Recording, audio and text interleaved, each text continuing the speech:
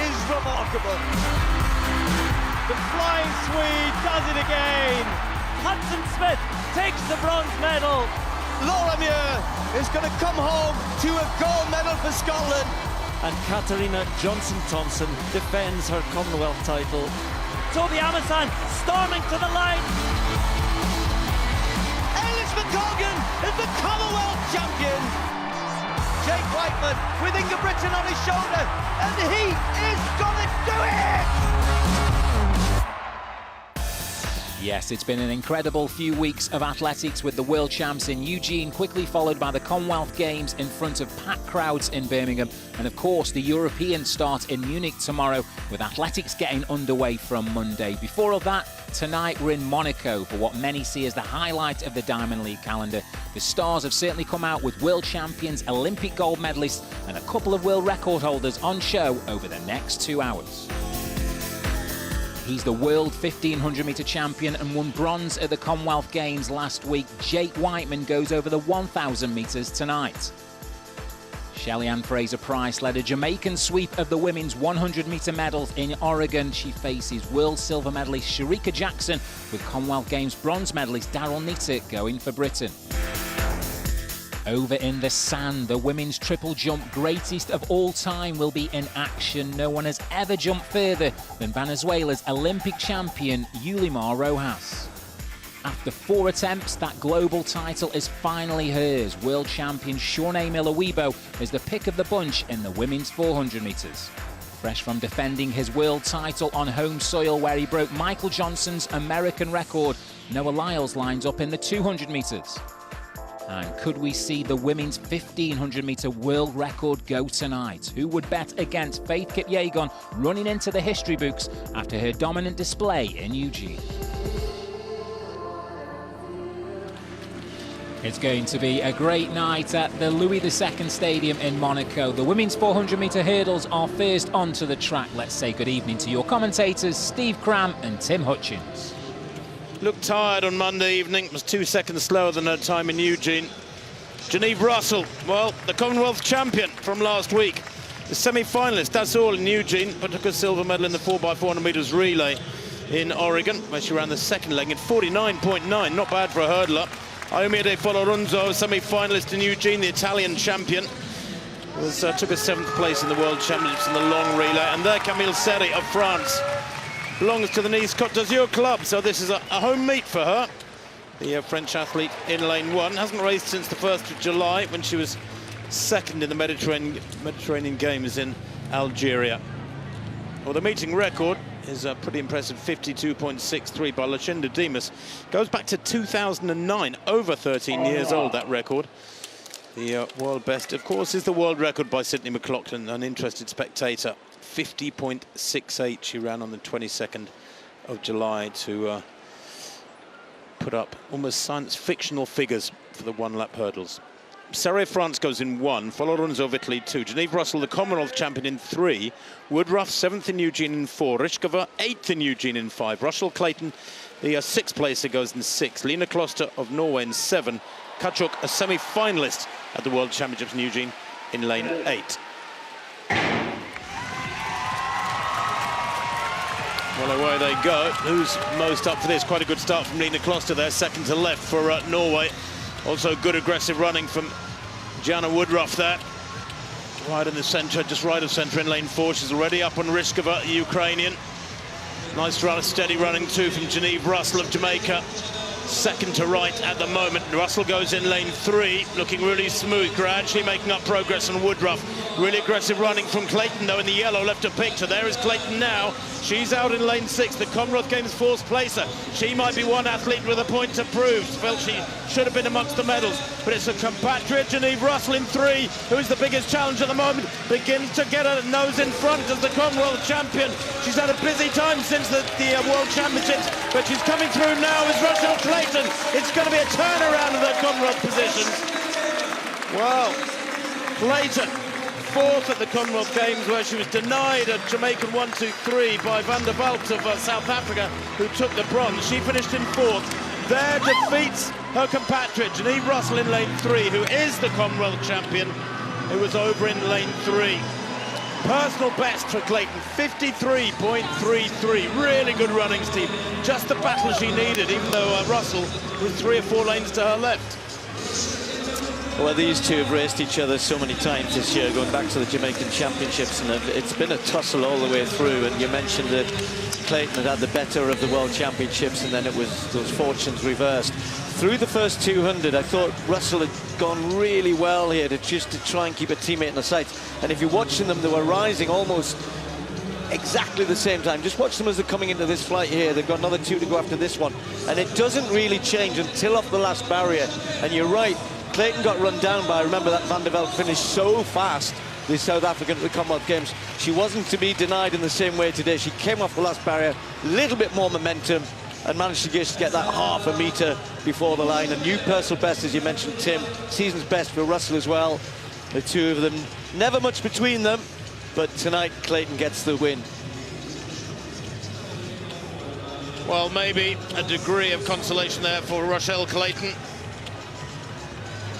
There it is, 53.33 for the Jamaican Clayton, ahead of Russell, the Commonwealth champion, a season's best for her as well.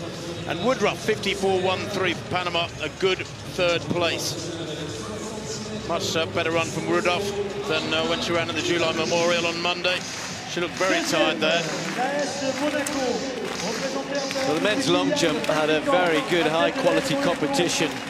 Masso, who has come to this in pretty good form. He gets huge height, great speed. The Olympic bronze medalist. Disappointing not to get a medal for him in the World Championships, just missed out. And it wasn't a really high-class competition at the World Championships. The 8:16 got you a medal. But tonight, early on, set his stall out with an 8:35 in round 2. That's the best he's managed all season long. The 23-year-old Cuban looking sharp, looking good. A little nod of the head as if to say, yeah, that's what I meant to do.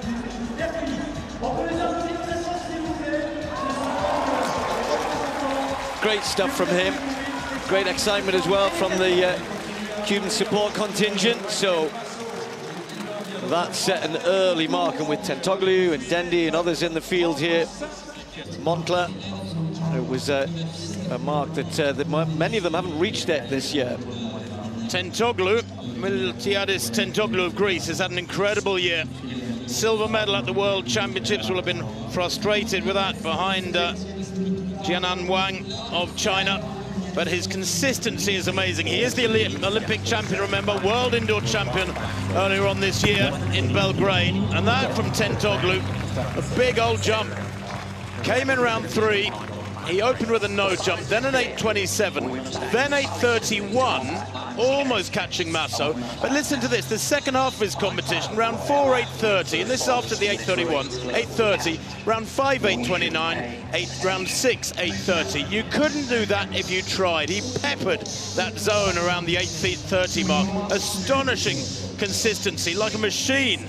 Is the Greek, just 24 years old. He is the Olympic champion, had to settle for silver in Eugene and has to settle for 2nd place tonight with that 8:31 in round 3, just missing Masso by 4 centimeters.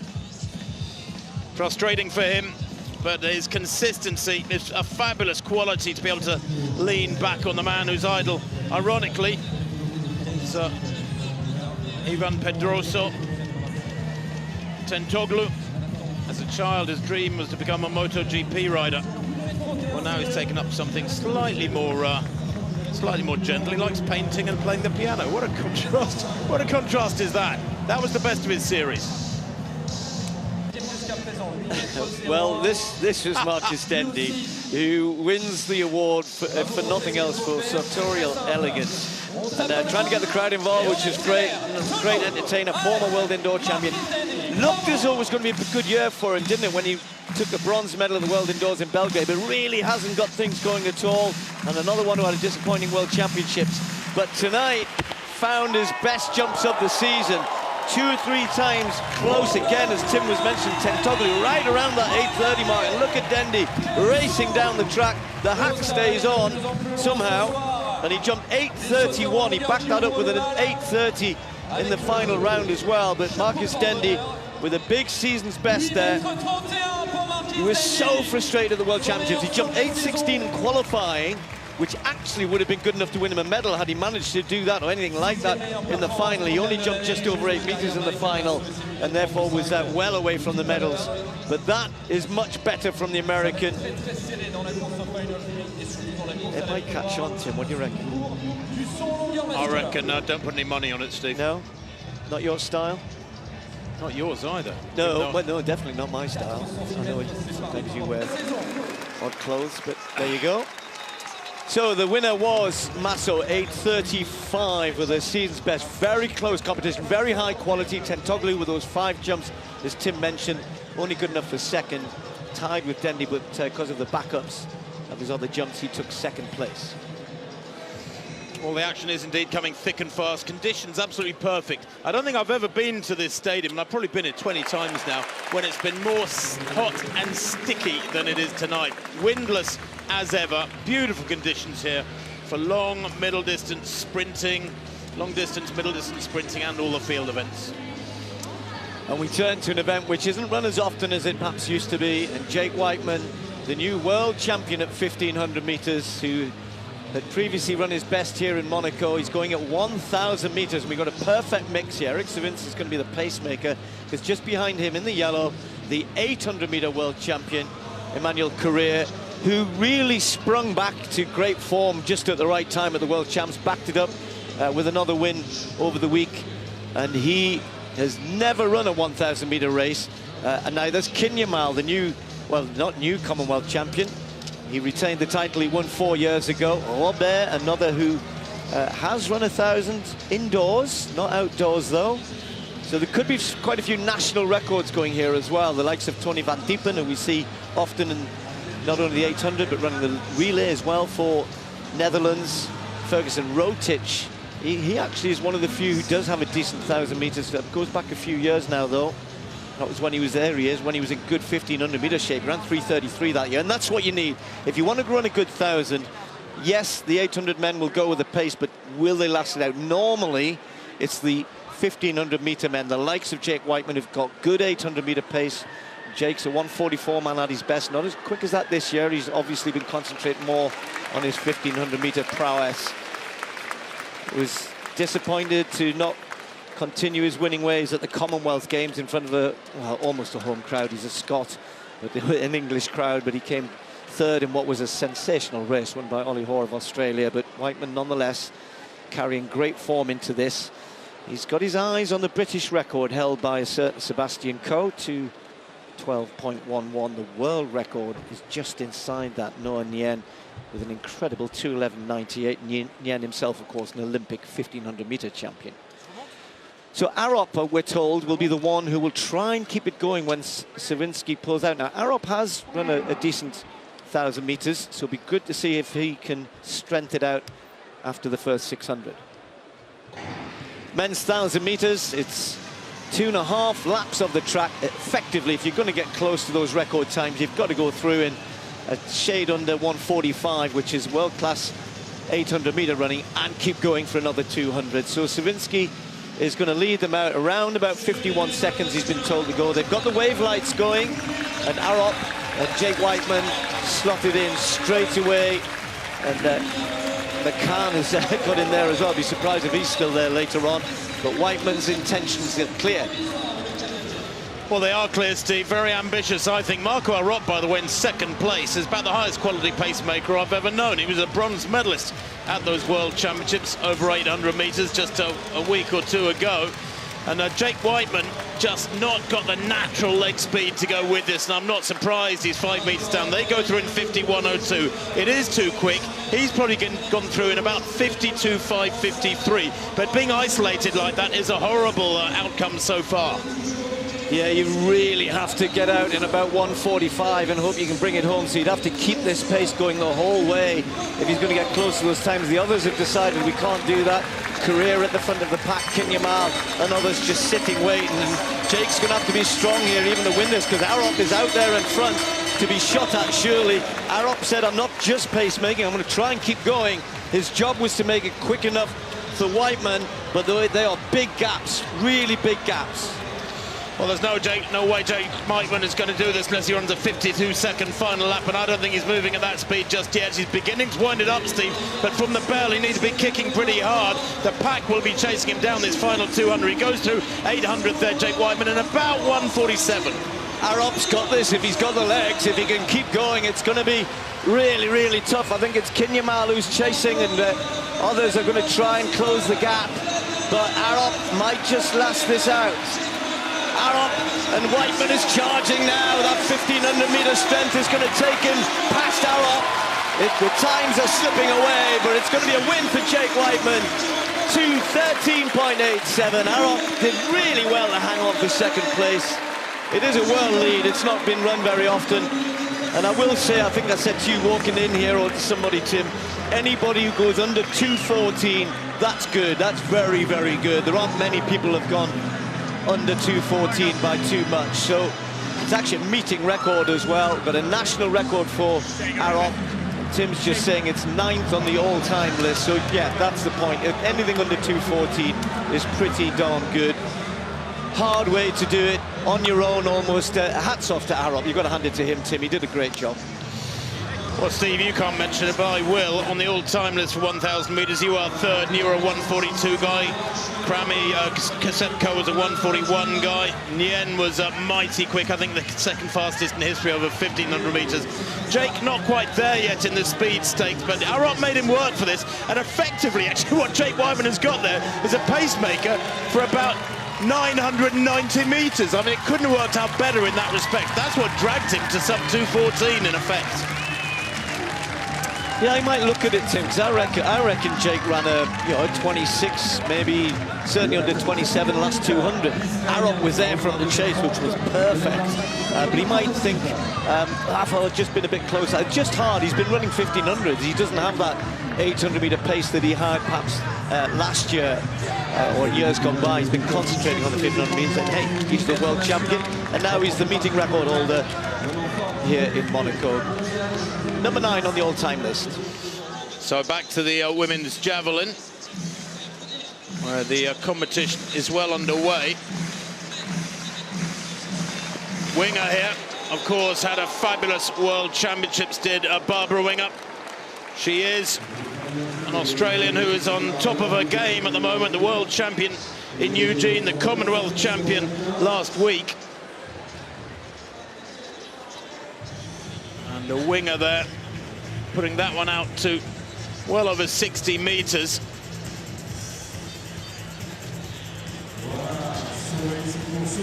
Waiting for that to be marked up. And Winger, who is the real deal, frankly. She produces it when she needs it most. Kelsey Lee Barber, 62.96. I think I said Winger, excuse me. That's a very sound opener. That'll take some catching in itself. First round, Lina Musa from Latvia. Well, that's an excellent throw from her. And when you think in this field, we've got Barbara Spatakova as well, who last year actually won here, age 40. She's back again, 41. And Lina Musa will look at that, having people like Spatakova in the field, Kelsey Lee Barber, the 29-year-old herself. Not far off personal best this year, but anything over 60 she's happy with. It's been a really disappointing year. We're just going to see Gleadle perhaps there next. She's had a very disappointing season, but Musa with 60.54 moved into second place in the first round.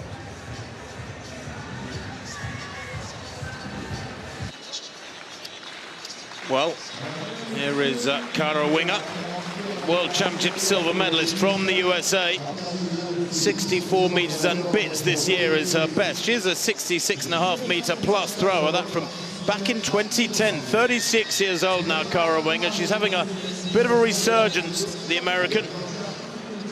And that one just easing over 60 metres. Well, twice she's made the World Championship final. She was 5th in Doha. Superb silver in Eugene. 60.95 in the second round for her. Slight improvement on her opener, 60.51. fairly early stages of the women's pole vault. Former Olympic champion Caterina Stefanidi, who will be hoping to go to Munich and win a third in a row European title. It won't be easy though with the talent around in the women's pole vault. 4:51, nicely done. Struggling to find consistency this year, Stefanidi, with a nice clearance there. At a first height for her, passed on the opening height of 4:36, as did most. Though Nina Kennedy, we've seen a lot of her this evening. I'm pretty sure she decided to have a vault at 4:36. Stefanidi first clear at 4:51. No Holly Bradshaw, sadly injured at the World Championships when the pole snapped and wasn't able to contest the Commonwealth Games at all, really. We'll keep you abreast of those field events, of course, as they unfold on the infield. But over to the start of the 100 now for a very high caliber straight sprint, and this could be special. I'll tell you why in a minute. Tamara Clark, 6th in Eugene for the USA, goes here. She's a 200 specialist, actually. Eugene was her first ever senior US vet. What a good account she gave of herself. World number 5 at 200 this year, but she has run 10:88. There is Twanisha Terry. Ran a great angle for the USA in their gold medal winning 4x100 meters relay in Eugene. She's only a semi-finalist in the individual event. Shericka Jackson, well, the world champion at 200 meters. She has run 10:73. She's second fastest in the world this year. Fabulous range here. She's run 10:73, 49.4 for 400. And it looks like Melissa Jefferson is a non-starter there. That's a shame if that is the case. There is Shelly-Ann Fraser-Pryce, the living legend, the world champion from Eugene. 5 times a world champion. Shelly-Ann Fraser-Pryce in 2009, 13, 15, 19, and in Eugene. There is Aliyah Hobbs, 6th in Eugene. US Championship silver medalist, 2nd in Chortsov on Monday in 10:94, still in good form, the American in 6th. Marie-Josée Talou of the Ivory Coast goes, who was 7th in Eugene. I call her one of the luckiest athletes in athletics. 4th in Rio in the 100 and 200. She was 2nd in the World Championships 100 and 200 in London 2017, and so on her career. Daryl Neita of Great Britain, the semi-finalist in Eugene, but took a fabulous bronze in the Commonwealth Games just last week. The UK champion at 100 and 200. And in the Commonwealth final, when she got that bronze, she had a terrible start. That was just last Wednesday. She starts better here. She could be a real threat. Well, lane 4 was due to contain Melissa Jefferson. She's gone. Shelly-Ann Fraser-Pryce. Well, what a legend she is. World champion back in 2013 in Moscow, 200 meters. She's 10 times an individual world champion, along with the relays thrown in. It is an astonishing career, 35 years old now. And with 10:66, she is the 3rd fastest athlete in history, by the way. 10:66 this year. She ran 10:60 last year. There are still whisperings going on of a world record for Fraser-Pryce. She goes in 5. Shericka Jackson, the 200 world champion, in 3.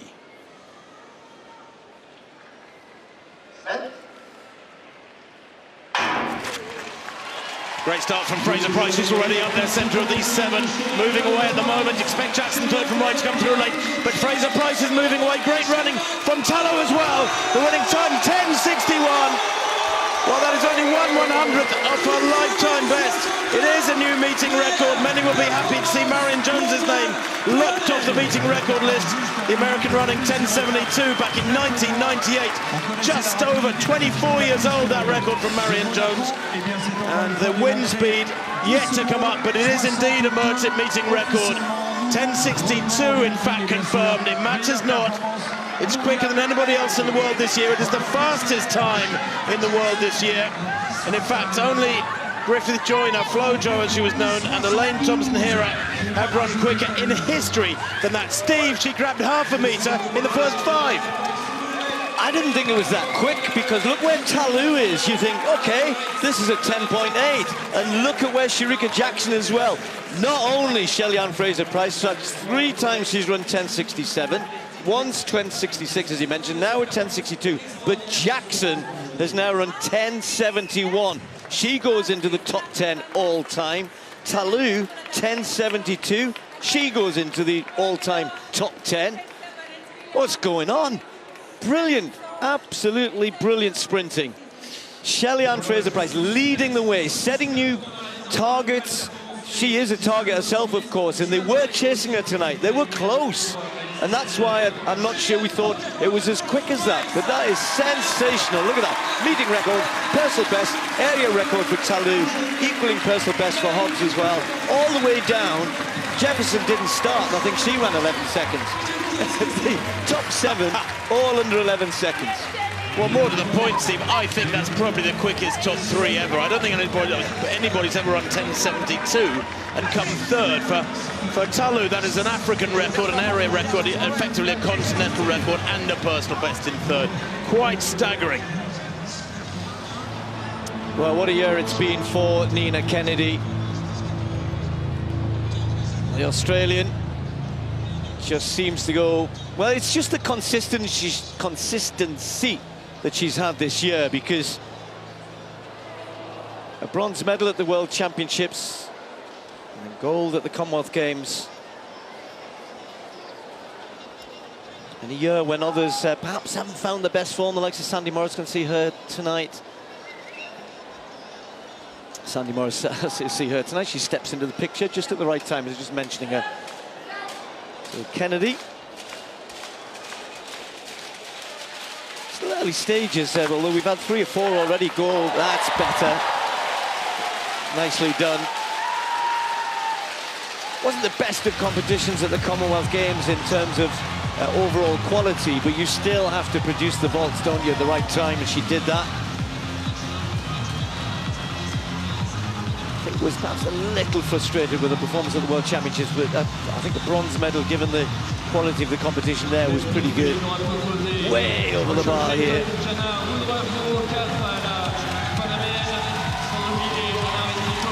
So after a little hiccup with the first attempt at that height, normal service resumes.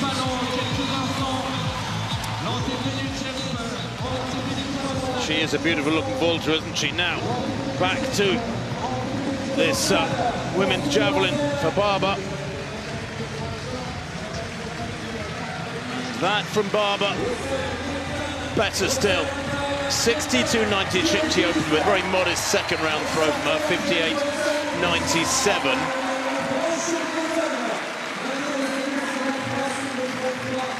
Yeah, that from Barber. Not far shy of 65 metres. Wow, that's by some margin the best throw of the night from the world champion. Well, there it is, 64.50 to give her a very handy lead in the third round. Top of the third round, that is. The others yet to take their third throws. Prince Albert, always a keen athletics fan, getting the best view he can. And over on the far side, maybe needs the binoculars to see the 1,500 meters. Women are lining up for, again, what promises to be a race. Perhaps 2 races, because Faith Kipyegon, who we're going to see in a second, Sinclair Johnson, who's had a great year, big step forward for her, but she'll not be, I don't think, expecting a hang-on to Faith Kipyegon. Mashesha might try to go with it, won Diamond League early in the season. Didn't perform too well at the World Championships. Jess Hull has had COVID and just trying to find her best form again. But here we go, Faith Kipyegon, who, again, pretty much as expected, it wasn't a case of destroying the field. She had a good race against Sigai. Laura Muir picked up the bronze medal there.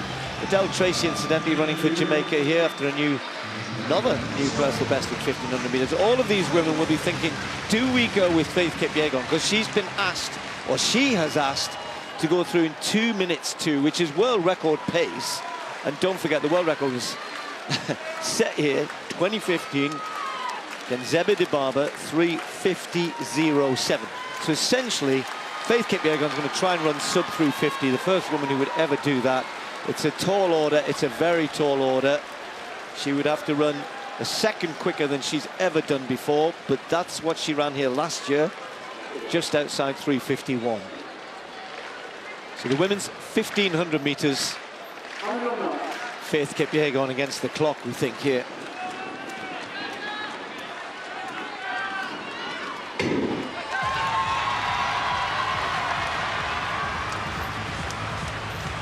Well, the issue if you're going to go that hard and that quick and that fast is having pacemakers who can take it out quick enough and make sure that you can keep that going through 800 meters at the very least. And 2:2 is, you know, you've got to be a decent 800-meter runner to go through at that pace just and then stop, never mind anything else, then to keep going. And Kipyegon's just dropped off, perhaps a little bit sensibly, thinking maybe going a little bit quick here.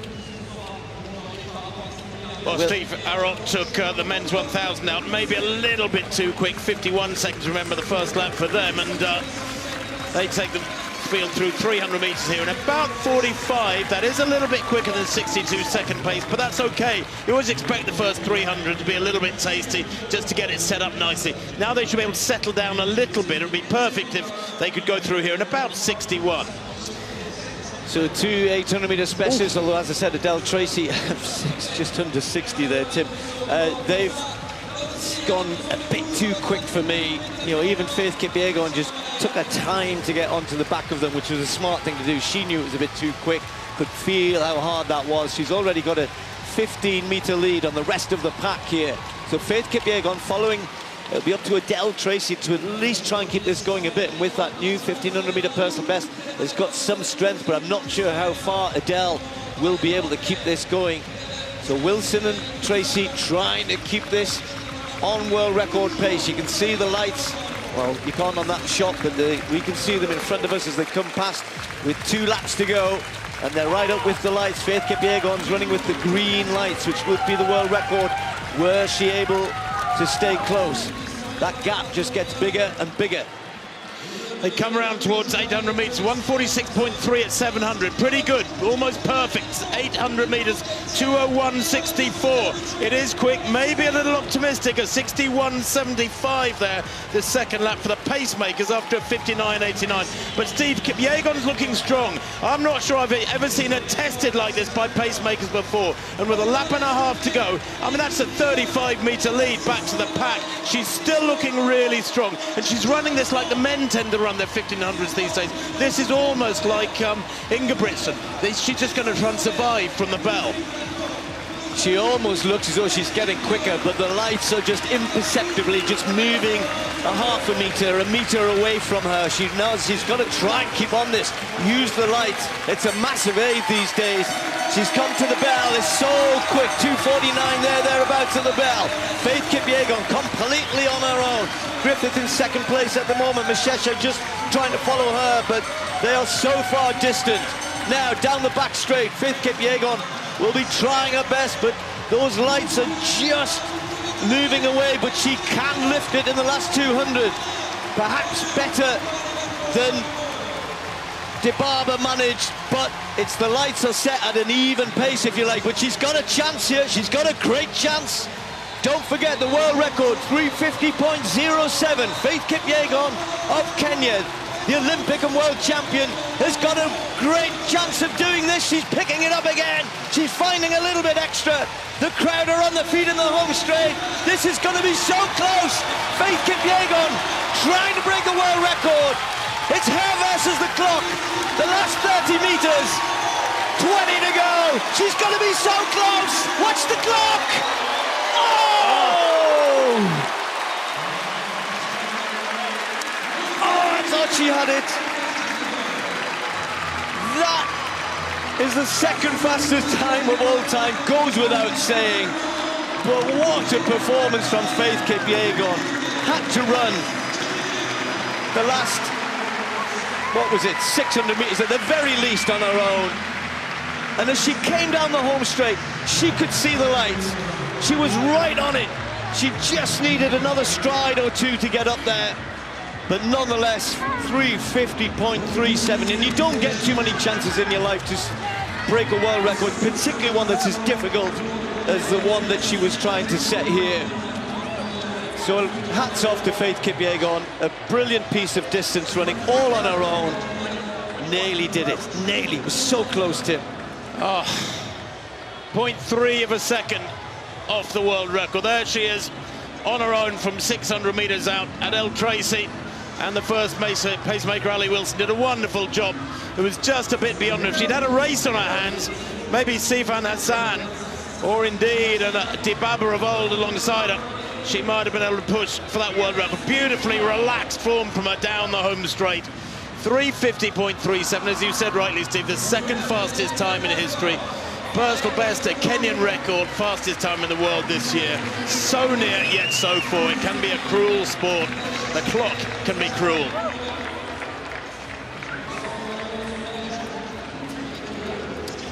Well, a national record goes without saying, 3:50.37. McLean with a personal best, really good run from her. I think her bags didn't arrive as well there, McLean, so she's done well there. And Cranny in third place, so in their private race, the two Americans beating a very good rest of the field.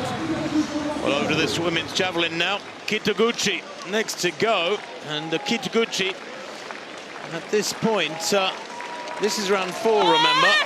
Kitaguchi, her best 59.97 in round 2. That is definitely better. That's way out there, around 62 metres. She is, remember, the bronze medalist from Eugene, where she threw 63 metres and bit, 63.27. In fact, Kitaguchi, at her best, she's a 66-metre thrower. What's she done here? Well, she's happy with it. It is in round 4, 62.37. She's into second place and building nicely. A couple of rounds to go, probably, from her. Remember, only the top 3 after round 5 have a 6th round throw. So first look at Sandy Morris. And things haven't quite worked out the way that she wanted to do this season, I'm sure. But as ever, a redoubtable competitor. Silver medal at the World Championships. So dearly wanted to win the gold in front of the home crowd in Eugene. America had so much, or USA had so much success in those World Championships, and so sure she feels as though she just missed out a little bit. But the good thing was the heights are beginning to come back. So Sandy Morris. Yeah, nicely done. Just feel as though that confidence and that she's always displayed is starting to come back. A few little problems early on in the season. And despite the disappointment in the World Championships, it was a good performance, and she'll want to build on that now for the rest of the year. Maybe not quite as impressive as Kennedy's clearance. Doesn't matter. 4:66. Already whittled this field down. There's only 3 still left in at this height. Soutej, Moser, Chapelle, who have been having a good season, the French pole vaulter, all already gone. Well, we can get down to the final 3 in the javelin now. Barber in the lead after 5 rounds. Kitaguchi in second. Mackenzie Little was 61.76. That came in the 5th round for Mackenzie Little, the Australian Commonwealth silver medalist. And they do throw, not in reverse order. He is 3 throws in the 6th round, but in the order in which they are positioned so far. So, Kelsey Lee Barber of Australia, with her 6th and final effort, 64.50. She has a handy lead. Kitaguchi in second, remember, 62.37. We saw that earlier. Now, Barber, actually born in South Africa. Studies in Canberra.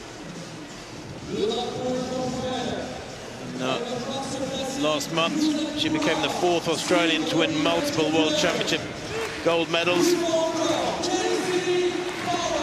Our idols, by the way, are Kim Mickle and Catherine Mitchell. Here we go, round 6. Can she find another metre or 2 to put herself further clear? No, she can't. That's below 60 metres, but she has one hand on the win. 64.50. 3 of her first 5 throws were way beyond 60 metres. Remember, Kitaguchi, 62.37. Has got to find over 2 meters. Indeed, Kitaguchi has got to find 59.47 there for Barber. Well, no change. She stays in the lead, but has to watch two good throwers come next. Kitaguchi is capable of going beyond the leading mark of the Australian. She is capable, but you just get the feeling tonight that might be a tall ask. She won at the Chozon Silesia Diamond League just the other day. A very good throw. She needs something around that distance, 65 meters, if she's to snatch this one here. They're throwing into a fairly stiffish breeze now. Barber's good at that. She had to do that at the Commonwealth Games, and she only won in the final throw at the Commonwealth Games. But, this would be a situation reversed were this to be the case for Kitaguchi.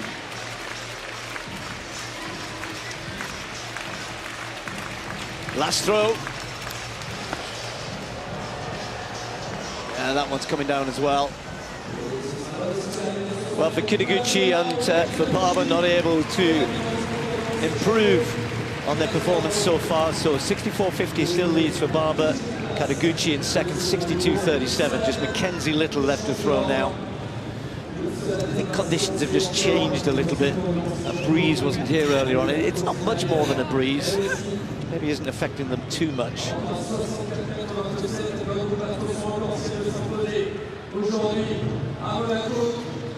Well, that doesn't confirm Barber as the winner, but it does strengthen her grip on the win. 64.50 is the mark to chase for Mackenzie Little. And for Little, well, it would require a lifetime best. She has got the bit between her teeth. Silver in the Commonwealth Games just last week. The World Championship fifth placer gives that a heck of a heave. Does it have the length? No, it doesn't. It's around 61 meters from Mackenzie Little. She threw 61.76 in the fifth round.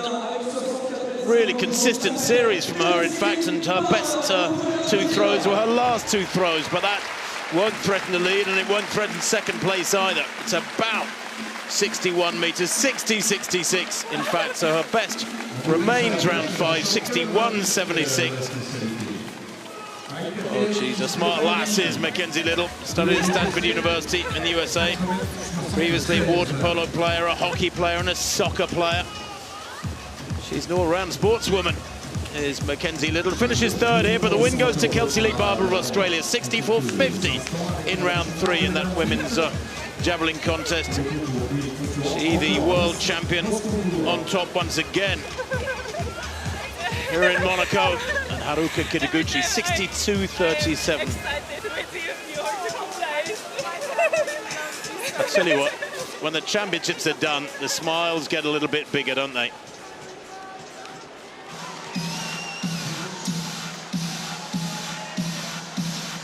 So, Stefanidi, third attempt at 4.66 here. Back on the track with the women. Katerina Stefanidi, or Kat as she's known to her mates, the Rio Olympic champion, a fabulous vaulter when at her absolute best, and she wriggles over that one. Oh, living dangerously. Cleared 4.51, her opening height first time, lives dangerously at 4.66.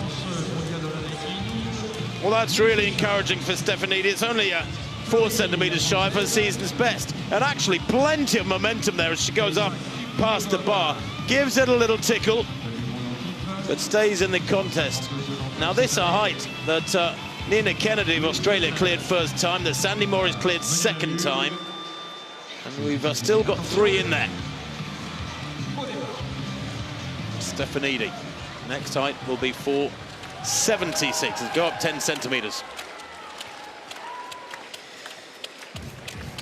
We're talking about heights. We move over to the high hurdles. And a great field here. Looking forward to this one. Pau Mathy, Frenchman, the 22-year-old on the inside. Great opportunity for him. He's run 30.27 this year in Paris at the Diamond League.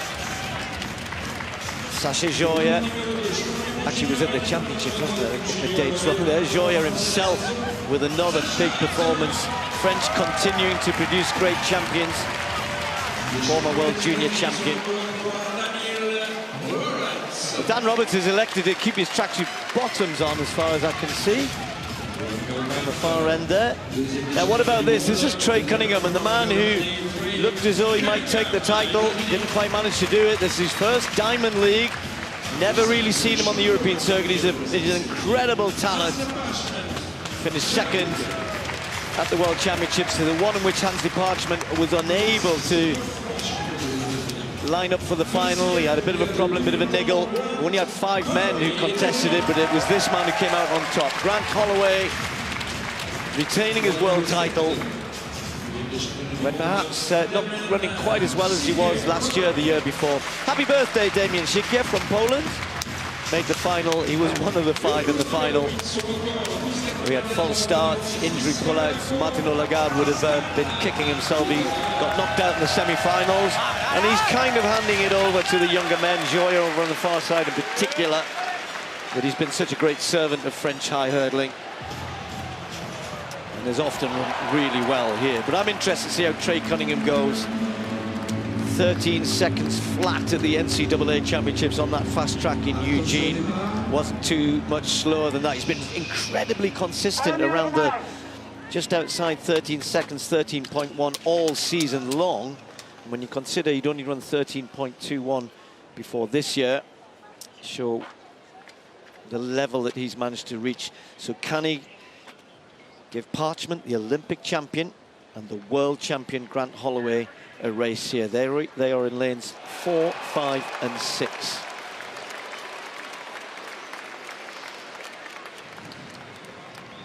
Dan Roberts might not be too far away either, over in lane 3.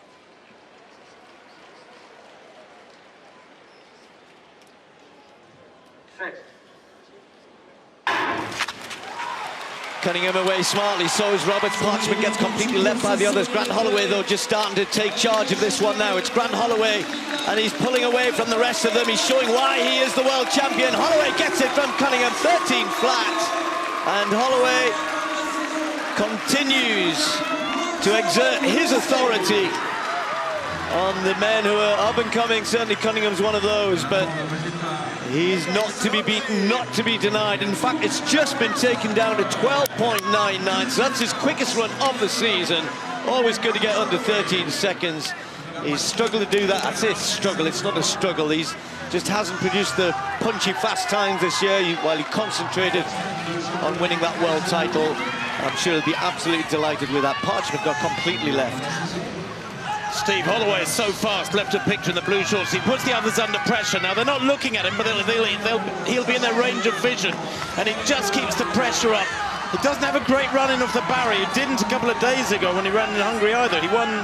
He was beaten there in 13.12, but here he's strong enough, and he's beautiful over the barriers. Look at that, so quick with that lead leg. Snaps it down after goes over the barrier, and that's a huge lead he has going into the final barrier. Really good running from the others off the final barrier to close him down. I mean, the place time is great. Cunningham 13.03 in second, Parchment 13.08, a season's best for the Jamaican, and Dan Roberts 13.20 in 4th place. But Holloway, yeah, supreme. Look at that focus. The thing about Parchment, Timid, he's probably better than anyone over the last 2 flights, but if he's not out of the blocks, Holloway's gone. Cunningham was gone as well here, and Cunningham did what he's been doing all season long, really consistent performance. But Holloway just got the edge at the start, probably got between hurdle 1 and 2, just got that half a metre, kept it. Parchment was charging at season's best. He pulled out of the Commonwealth Games final as well to save himself for the Diamond League, and he's been rewarded with a decent run there, a pretty good run. Well, over to the women's triple jump. Now, Ricketts has been in very fine form indeed. Opening round. Fabulous final phase into the sand. Boy, oh boy. Shanika Ricketts, second in the World Championships. She was 4th in Tokyo last year, but this year she's hit medal form, 2nd in Eugene, and then a win at the Commonwealth Games last week from the Jamaican. Season's best of 14.94, and that's not far shy of that. That looked to me like she almost came down on the 15-metre line. Of course, those lines across the sand are superimposed by our software, but it was nonetheless a huge effort. Now, what can she do? Rojas, by the way, no jumps in the first round. 14.91. That is superb. And that'll be something for the rest to chase, including Rojas, the world record holder. Ketura Orji. First round still. Good night tonight seems to be. We had a good long jump competition. And we could be heading for a great triple jump here as well. Great start from Ricketts, and that's a good start from the American as well. Gets the white flag, good on the board. Very close on the board. Couldn't have really judged that better. Maybe not quite as quick as one or two of the others, but powerful. Well, that's perfect, isn't it? Just a couple of centimeters, 3 centimeters in fact. Just holding it through those phases. 14.56 for Orji in round 1. That will put her in second at the moment.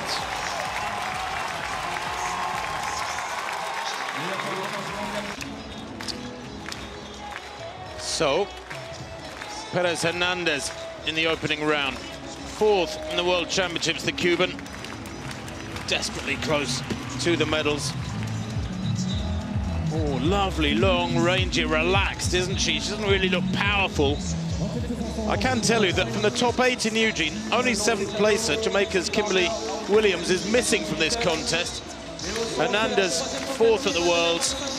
That's a nice effort to open her account. Looked to be just shy of 14.5 meters.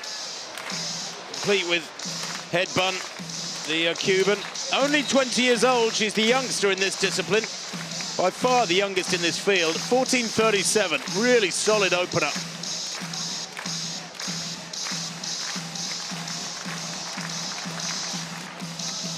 Yeah, very high quality field. 7 of the top 8 in the world here, but nobody is better than Rojas, the world champion after that.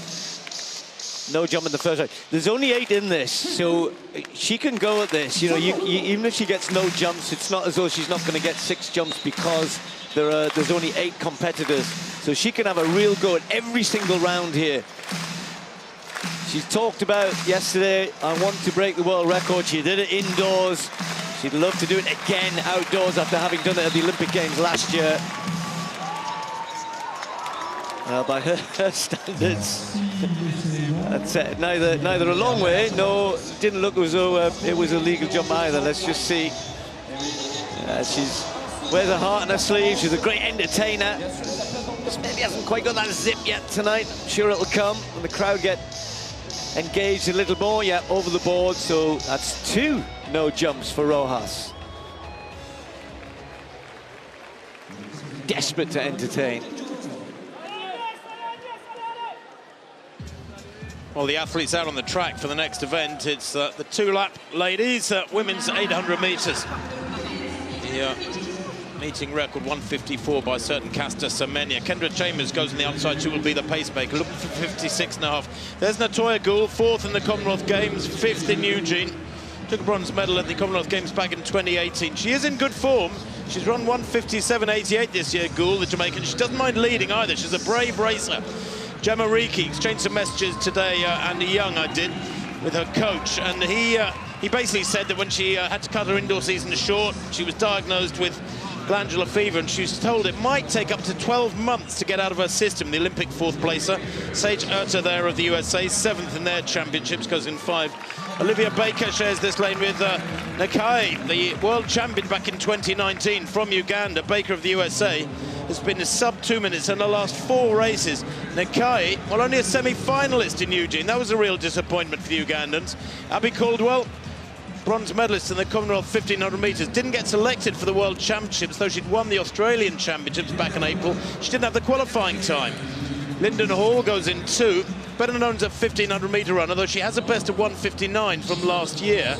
She was 3rd in the Australian Championships and then a semi-finalist in Eugene over 1500. And Agnes Raharolahi of France, 2nd in their championships, hasn't raced since the 4th of July. Always difficult to go 5 weeks in the middle of the season without a race and then come back. How will she go from the inside? The pacemaker is Kendra Chambers, as I said, on the outside, looking for 56.5. Look for a strong run here from Natoya Gould to make up for that 4th place in Birmingham last week at the Commonwealths. Well, Gould, second to right, was really slow off. She lost a metre there to most of the field, I would say. Although Riki taking a little while to get into her running as well. Quickest away at the moment, I think, is Olivia Baker of the USA. Pacemaker on the outside, Kendra Chambers, of course, with about a 3 or 4 metre lead. So they get into their running. Now Gould begins to stride out. Riki slots into 4th place behind her. But it is Baker in 2nd place behind the Pacemaker Chambers. And it's a good, healthy tempo, this. I'm liking the look of this after 150 metres. Gould in 3rd, loves to run hard. She's a very testing athlete. Set a season's best when she was 4th in the Commonwealth Games just on Saturday. So we know she's in great form, Gould. As they come into the home straight, Steve, this is looking very, very good pacemaking. Yeah, it's quick. You got the 1500-metre runners have sort of sat off this a little bit, Linden Hall and Caldwell. They'll finish quick and they'll run some of these down because that is very quick. Watch out for Abby Caldwell because she's very strong on the home straight, and although they're about 7 or 8 metres back, I think, Tim, 3 or 4 of these at the front will just start to tire over the last 200. Well, they're bunching as they go through 500 metres. Linden Hall leading the chasing group there in that yellow top right of picture. Baker it is who leads, though. Remember, only 5th in the US Championships, but she's been in such good form. She will know her racing. She's a smart lass, wants to be a neurosurgeon. This is Olivia Baker, now passed by Gould, the Jamaican, kicking hard from 200 out, making a brave run from it from that far out. Riki in 3rd, a little isolated, working really hard to get back to Baker. Gould opening up a bit of daylight on Baker. And Herta having a really good run there, back in 4th place, Sage Herta of the USA. She was only 7th in their domestic championships. But look at Gould, watch the clock, 56.1 at 400, was a little bit optimistic, but what can she put on top of that? It is quick, it's another brilliant run, 1:56.98 from Gould. That is a season's best from her, 60.79, that's her 2nd lap. That Gould probably quicker than that because, of course, she didn't lead through the bell. But that was a very impressive run indeed. She is a brave racer, likes to take it out hard. The season's best on Saturday when she took that 4th just outside the medal so frustratingly in those wonderful Commonwealth Games in Birmingham. If you were not aware, if you're on holiday, you've got back from planet Mars, crowds of 30,000 plus every day enjoying those Commonwealth Games. And tonight, Steve, they've been treated to a really dominant, brilliant run from Gould. Yeah, hats off to Natoya Gould. I thought they might just tire off that. She's had so many races, and actually a very disappointing finish to her 800 metres of those Commonwealth Games, where Laura Muir threw her arm out. She got the medal ahead of Gould. They were devastated. The Jamaican team actually protested it. So to bounce back tonight and run as quick as this, off a very fast first lap, that is brave running, hard running, excellent performance from Natoya Gould. Some consolation for her. Only those 3 women, Athingham, Keely Hodgkinson and Mary Mora, have run quicker this year. No wonder she's smiling. That was a lovely piece of 800-metre running. Took it on early from 200 metres out. She could very easily have sat behind Baker, but wanted to make it a test of real strength as well. She won there by nearly a second. The place times are good. Sage Herta, personal best, 1:57.85. First look at Bashim in the high jump. Yes. Smooth as silk. Well, it's a good field. Sadly for 1 or 2 who we were hoping would contest tonight, Tamberi and Protsenko. A bit of a struggle. The crowd have gathered down that bottom corner. Were being orchestrated earlier on by Tamberi, but sadly with the bar of 2:28, he's already gone. So the field has been whittled down pretty quickly here. Yeah, it has, and here is Woo Sang-yok. Now, Woo took the silver medal at the World Championships, relatively new name on the Diamond League circuit. And that's beautiful. That's a lovely clearance from Woo. And he's enjoying himself, and that is so important. The world #2 this year and the silver medalist from the World Championships. His medal colour matched his world ranking. Won the world indoors back in Belgrade in March. And that's a super clearance. 2:28, first time Always nice to keep that clean card. Nina Kennedy, third attempt, 4.76. Things got sorted out pretty quickly in the pole vault. I mentioned earlier on the likes of Sutej and Moser. Retzius, who's been vaulting very good, the Norwegian, going out very early. So nobody clear at 4.76 at this point. Nina Kennedy, third attempt, fresh from a Commonwealth gold medal.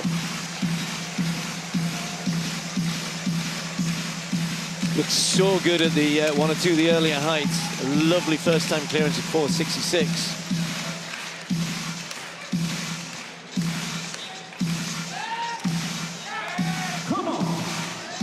Running to the beat of the drum on the top bend. Oh, she shot up, but no, it's got a bit ragged at the top. Not to be for Nina Kennedy, but nobody clear yet at this height.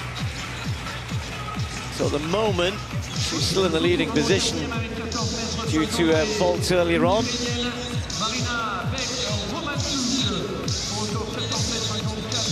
Yeah, just reaching for that, isn't she? Leg split. Got a bit untidy on that vault. Never going to get over it.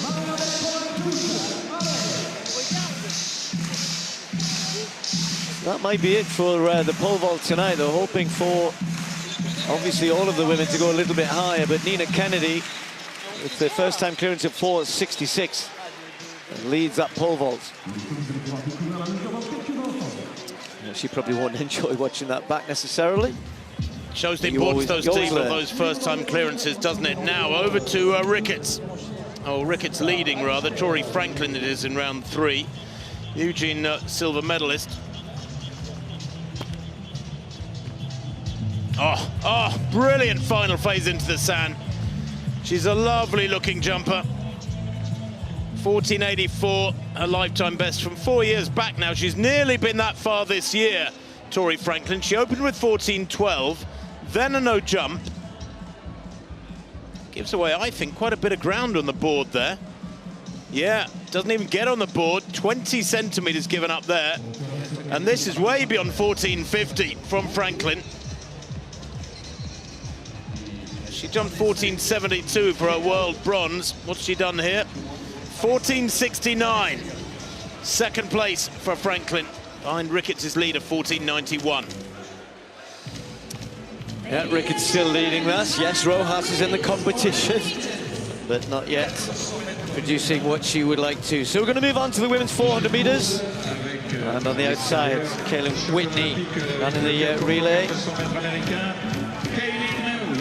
The World Championships. Picked up a gold medal because of running in the heats. And then Candice McLeod. Well, what a year she had last year, didn't she? And that just hasn't quite been the same this year. Still ran pretty well, though. 7th in the World Champs, though not the result she was looking for. Stephanie Ann McPherson, 5th, just a couple of places ahead of her teammate. Another who's a slightly frustrating year. You know, she's been close to the 50-second mark. Now, by contrast, Shade Williams from Barbados became the Commonwealth Games champion just a few days ago after a bronze at the World Champs, where she chased home Shawnee Miller-Uibo in a race which ended up perhaps not living up to expectations, other than Shawnee Miller-Uibo was as good as she always is. Cofield running for Dominican Republic, who had a great week with their relay runners. Bromfield, another of the Jamaicans, 5th at the Commonwealth Games, got a chance in Birmingham. And then Lacoste of France right on the inside. A new personal best of 51.62 set in Marseille this season. Well, this will be about Shawnee Miller-Uibo. You know what, she went up in my estimation because she said her favourite race of the World Championships was the 1,500 metres. It's got good taste. So Shawnee Miller-Uibo of the Bahamas is in lane 4 in the blue with resplendent red hair. Shade Williams went under 50 seconds at the World Championships, chasing home Miller Uibo, and did it again at the Commonwealth Games, taking the gold medal just a few days ago. Can she push Miller Uibo here in Monaco? Miller Uibo in lane 4, Williams in lane 5, McPherson in 6, McLeod in 7.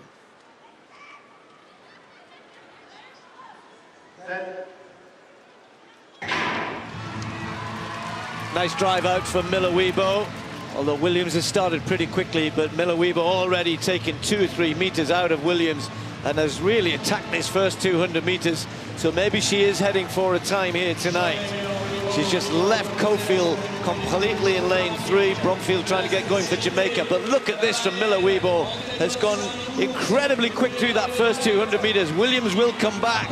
She's chasing McLeod outside her. McPherson nowhere tonight.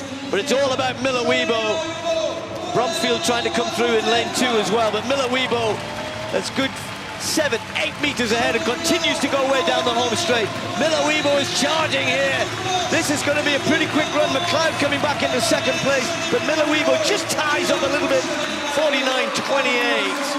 That was heading for sub 49, literally until the last 15 meters or so. And that long stride of hers just shortened a little bit as the fatigue set in and the lactic set in. But she won the race through the first 200 meters, went out so quick, maintained around the top bend, strong coming home. Just that last 15 meters when it was just really getting her deciding how quick she could get. McLeod, as I said, starting to come to the right sort of form, just a little bit too late in second there. Well, she really attacked this, didn't she, Miller Uibo? She was going for it. She sharped with a 200 earlier in the week. Miller Uibo here, though, just cannot hold it together. You said quite rightly, Steve. It was on Saturday in Chortsov. She was beaten over 200 in 22.35. I think maybe a little tired after the World Championships. Her winning time there, 49.11, is the quickest in the world this year. And she was very close to it here tonight. And she'll be a little bit disappointed with that. She won by a comfortable margin, but she was going for a quick time. And you can see there, some athletes getting tired now. No big surprise in that. 49.28, the winning time. McLeod sees its best under 50 seconds for the first time this year. Williams, maybe a little tired, as Tim was saying, 50.10 in third place. Well, she looks pretty good, a little bit tired. Sandy Morris then, the other, there's only 3 were still in at this height. Sandy Morris, we've already seen Nina Kennedy fail at this, third attempt for Sandy Morris. Yeah, this is the sort of height that Sandy would pop over fairly comfortably. Don't forget that Morris is one of that very, very select club of women who's gone over 5 meters.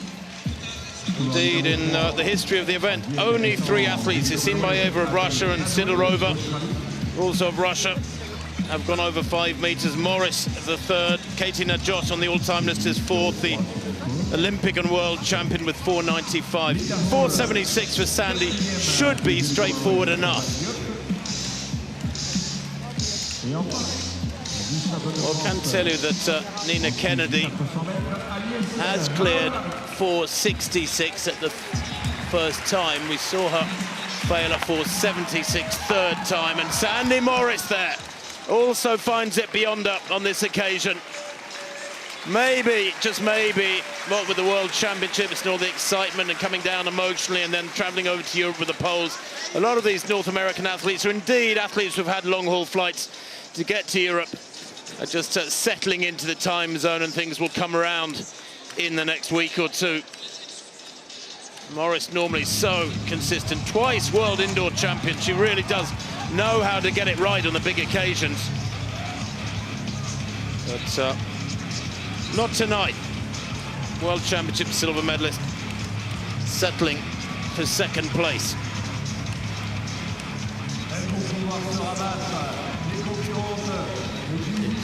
Yeah, we didn't see Kennedy clearing that 4.66. As Tim was saying, we did see that 3rd failure. Same for Morris. And that first-time clearance has Kennedy in the lead there. Sandy Morris in 2nd. And that is the final result. Those 3 were the only ones to clear that height. Nobody could go any higher. We saw Stefanidi as well, failing at that. So Kennedy gets the win by dint of that first-time clearance at 4.66. Right, the other end of the stadium, the men's high jump continues. Similar thing happening there. We only had 4 men went clear at 2.25, and then just the 2 who we've already seen, Barshim and Wu, went clear at 2.28. The bar now 2.30. So Barshim with his first attempt looked so good. First time clearances, as you might expect, all the way tonight. Hasn't had very many competitions at all this year. Took yet another world title in Eugene. It's almost like he takes off in a little bit of slow motion and then it speeds up as he goes over the bar. So good to watch. Incredible rhythm. Just watch this. It almost looks like that in real speed, doesn't it? That is. Then flips over. So he goes clear, as expected. There's only himself and Wu still in at this height. Flying. We haven't seen much of Barshim this year at all. It's a shame because he is such a spectacular jumper, so charismatic when he's out there. Doesn't need to say anything, it's just his body language. Wu now, first attempt at 2.30. Gauntlet thrown down.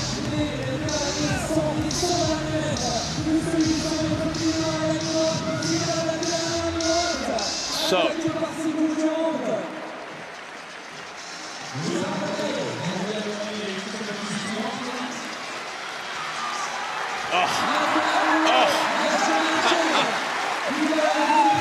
he looks surprised when he clears it. It's delightful, isn't it?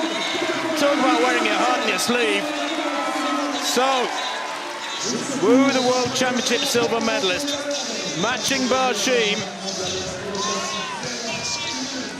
Perfect card still for Wu, the Korean.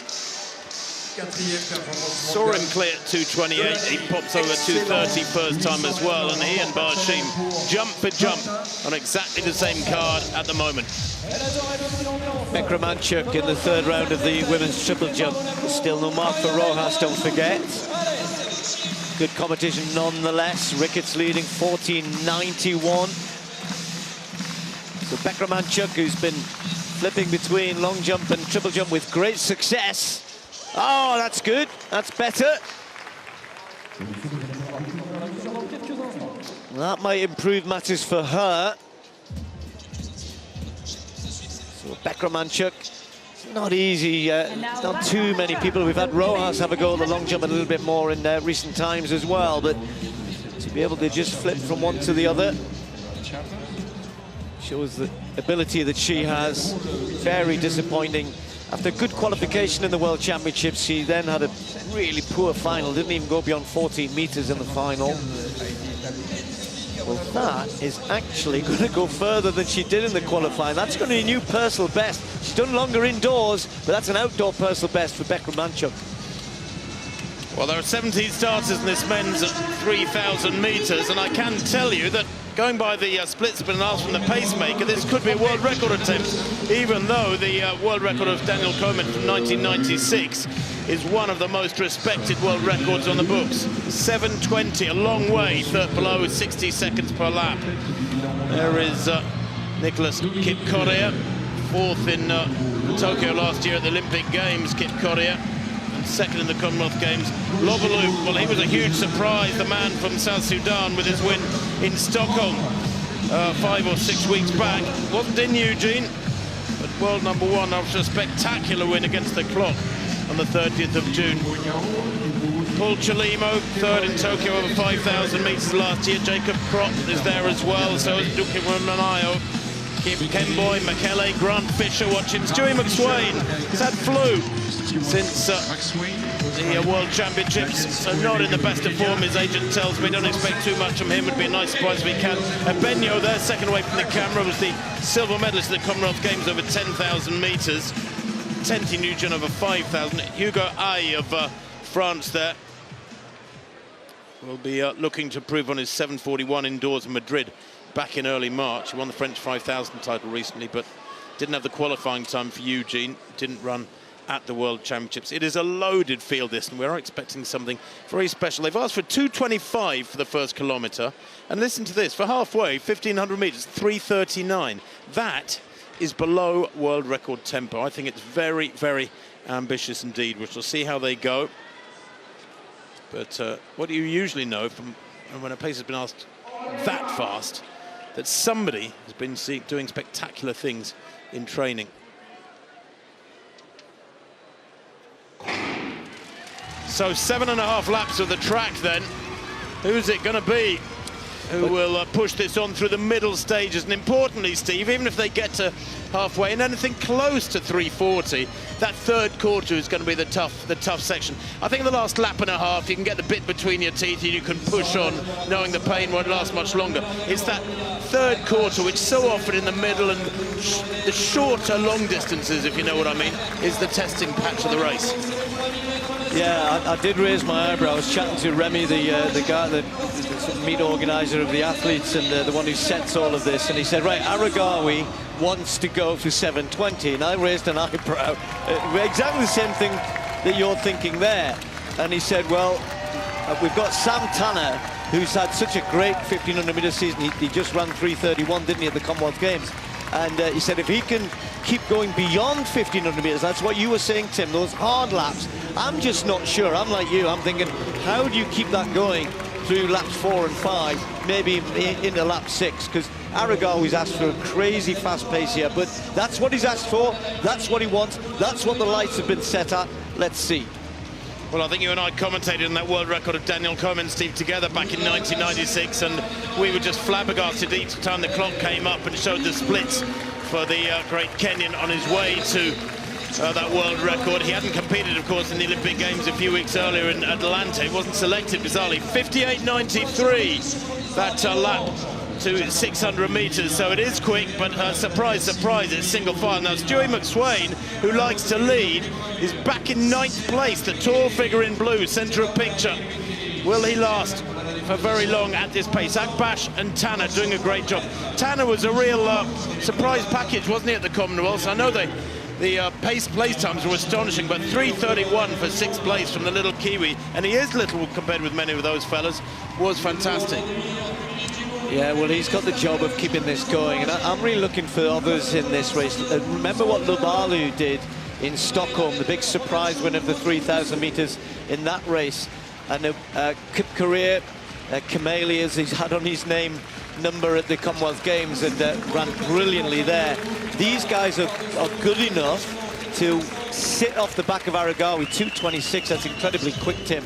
Just break off for a second and see Tori Franklin in the triple jump. This competition being led by Shanika Ricketts, 14.91, still no mark from Rojas. Franklin then, medalist at the World Championships. That might improve matters for her. So we're in the latter stages. Bekra Manchuk we saw with that new personal best of 14.59 in the third round. And Tori Franklin looks as though she might have just gone a little further. Good on the board. A little bit of room to spare, perhaps. But the American doesn't look as though it's going to challenge the lead. But that's a season's best for Franklin. 14.74 in round 4.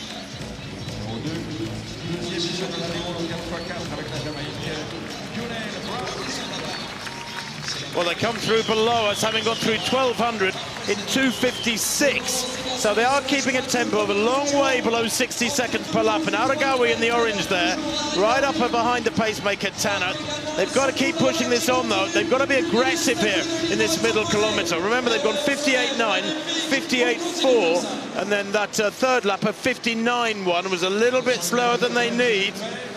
Unbelievably, Komen's lap times work out at something like 58.7 in that sort of region. Krop is in there as well. Don't discount Krop. Jacob Krop, the silver medalist at the World Championships over 5,000 and a bronze medalist at the Commonwealth Games as well. He's had a fantastic last few weeks. Krop in third place behind Tanner and Aragawi. That looks as though it could be it for Sam Tanner. He just extends a little bit, tries to keep them up with the lights. Aregawi is still unbelievably right on this with just 3 laps to go, looking fairly strong, but others are making moves behind. Ndika Mwenyao from Burundi is starting to catch 1 or 2 ahead of him, but Aregawi at the moment with Krop, who's running brilliantly well. Lubalu trying to match what he did in Stockholm here, but this is a completely different type of race. And look at Aregawi leaning forward. This is hard work, and those lights are just beginning to sneak away from him, Tim. Well, they are, but he's on his own, and he's working hard, driving hard with the arms, is Aregawi. Berehu Aregawi. He's a 7:33 performer. He's looking for a personal best here by over 10 seconds if he were to get anywhere near Komen's world record mark of 7:20. He's just keeping the others at bay, is Aregawi. He's maintaining his form well. He's gone through 2,000 meters now, Aregawi, in 4:54. That in itself is world-class running as they come through with 2 laps to run, and he's going to have to run his last 800 in about 1:56.5. I think that might be beyond him unless he's got fabulous speed on the final lap. The gaps are awkward. They're not really growing. They're just staying relatively stable at the moment between the first 4 men. Grant Fisher making progress as well. He won't be too far off his own American record, anywhere around that 7:29, 7:30. But poor Aregawi is having to work so hard now. He tried to set it up, the lights have gone, and now it's about the others who've just sat off it just a little bit. Ndika Mwenyao of Burundi did that very smartly indeed, and now he's onto the back of the other 2. There's Grant Fisher trying to close the gap as well. Aregawi's very tired, but he's trying to keep this going, and that looks like a lead which he might be able to hold if he can just stay strong over the last 500. He comes into the straight as Aregawi with 500 to run. He's maintained a good tempo. Behind him, the battle carries on. And Ndika Mwenyao in second place, Krop in 3rd. Aregawi coming to the bell there. 6:25, 6:26 at the bell, and going through and chasing hard now, with Ndika Mwenyao in 2nd, and moving into 3rd is Lubalu, the world leader against the clock. He goes past Krop. Fisher in 5th is moving really well into the back straight. Aregawi, with 300 to run, is now being chased down. The gap is closing all the time. Ndika Mwenyao there, looking strong. He has the bit between his teeth. So much easier to chase hard when you've got a target. The Burundian in 2nd, 200 to run. The gap is down to about 600 meters, 60 meters, or 6 meters even. That's all as they come into the final bend. Aregawi surely can hang on. This would be cruel. It's now a race. Forget about record chasing. And Ndika Mwenyao has got the bit between his teeth. Aregawi is fading, and it's going to be a win for the Burundian, there's no doubt about that. His best 7:34, it's going to be a massive chunk off that. It is a quick time, one of the quickest in history, 7:25. Aregawi in 2nd place. That was so cruel. He led for so much of the second half of the race while the pacemakers had gone. But the winning time there, well, quite spectacular by Ndika Mwenyao. 7:25.93. Steve, on the all-time list, that puts him in a rarefied atmosphere, up in the top half dozen of all time. An American record for Grant Fisher as well, and it was Ndika Mwenyao and Fisher who judged it better. Both of them charged it. This man had to miss the World Championships because he got injured just at the wrong time. He'd had a good pre-season, or good first half of the season. Looked as though perhaps he could go there and contend. So we didn't see him in Eugene, didn't see what he was capable of. And here, we might just have got a hint of what was possible. It was set up by Aregawi, and shame for him that he couldn't last it out. But this man judged it better. Grant Fisher ran a brilliant last 1,000 meters as well. He was charging down the home straight just in the background there. And as I said, he's been rewarded with a new national record. So we've got a national record for Burundi, a national record for the USA. Others with personal best further back behind. All helped by poor Aregawi, who nonetheless, Tim, still gets a very quick new personal best. Great running. Yeah, the place time's superb. Grant Fisher, wow, 7:28.48, sub 4-minute mile pace for 7.5 laps. Aregawi more concerned with what's going on behind him. The celebration from Ndika Mwenyao, it was a beautiful looking runner, wonderfully balanced. Is an early celebration, rightly so. 7:25.93, national record. Aregawi personal best. Fisher, an area record. Kip Courier personal best. Lobalu couldn't win this time, unlike Stockholm, but 7:31 for him, for the South Sudanese athlete. That was a special race, one of the best 3000s for many a year. And all because, to be fair, the pacemakers did a great job, and Aragari chased it hard. But we said before the race that Coleman's world record of 7:20 all those years back, goodness me, 26 years ago now, is a very, very tough nut to crack. And I think it was mightily ambitious to have a go at it. You've got to have a go, otherwise you'll never know. But they certainly know now. Well, that's the biggest run of his career. Such a shame he couldn't go to the World Championships. His comeback race in Spain, he ran 14.4 for 5,000. It's a little bit different tonight. And what about Wu? We saw Barshim go clear at 2:30 at the very first attempt. Only these two men left. A little bit of a rerun of the World Championships. He was a real entertainer in Eugene, wasn't he? He's doing the same with the crowd here, trying to get them on his side. They'd love him to at least challenge Barshim. He's the only one left, no Tamberi for them to cheer. Sadly, not a good night for him. So Wu just trying to compose himself now. It's a busy section, a busy area here, right where the high jump mat is. There are lots of other people around. He's got racers going round. He's just saying to the officials, I need a little bit more time here. Right, ready to go.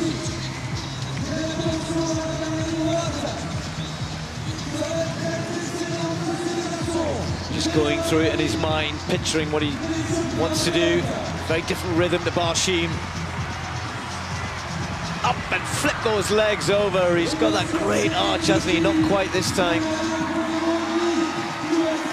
Well, this is the jump off.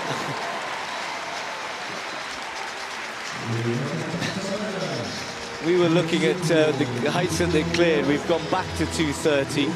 I do apologise that we have missed the failures at the higher heights. So this is a jump off, which has come down from 2:32 to 2:30. So Wu has not been able to clear. He did clear it earlier on.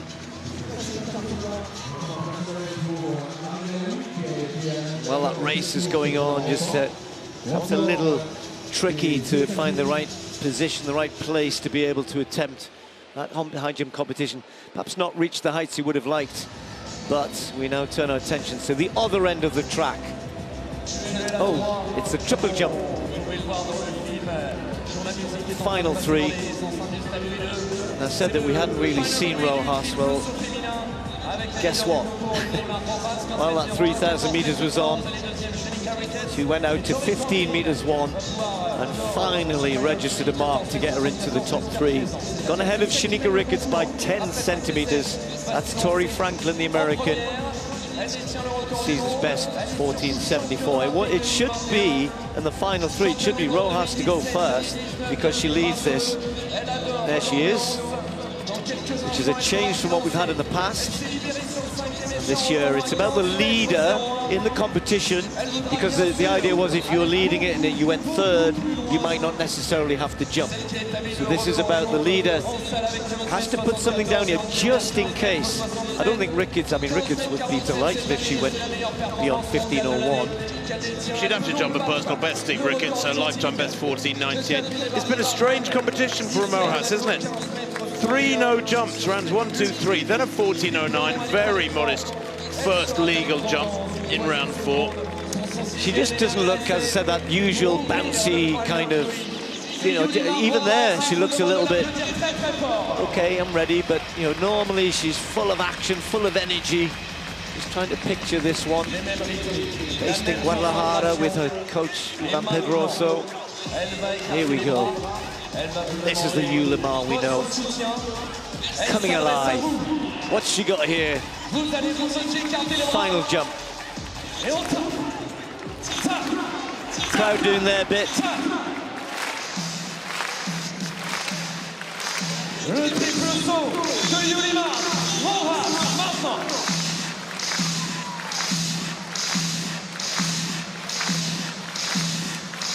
The drum goes, she hits the runway.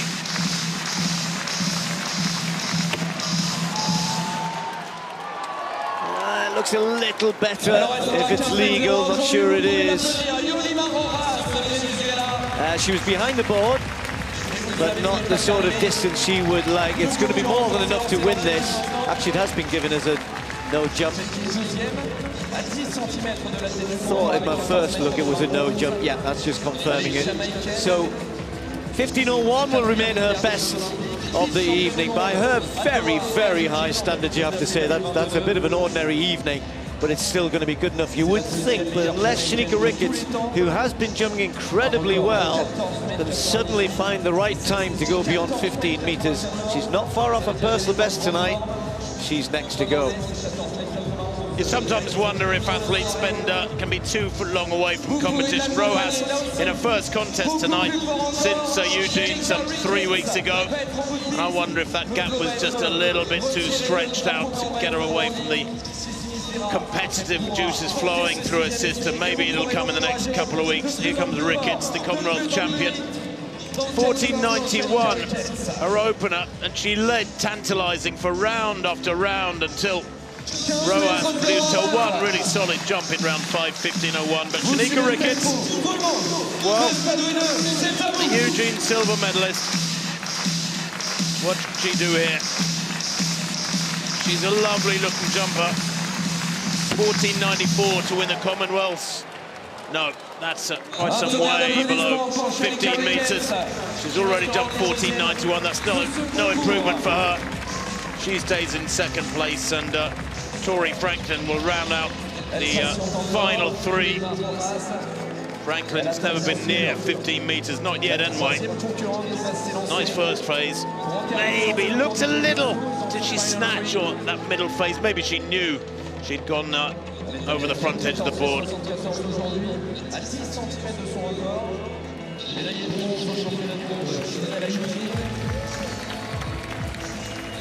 Still fabulous jumping. I sometimes wish these no jumps could be measured just to see what might have been. 14:91 remains the best of the Jamaican series, and she's in second, but it's not confirmed because Tori Franklin yet to go. Well, it was a great competition that Ricketts won in the Commonwealth Games, 14:94. Close to that here.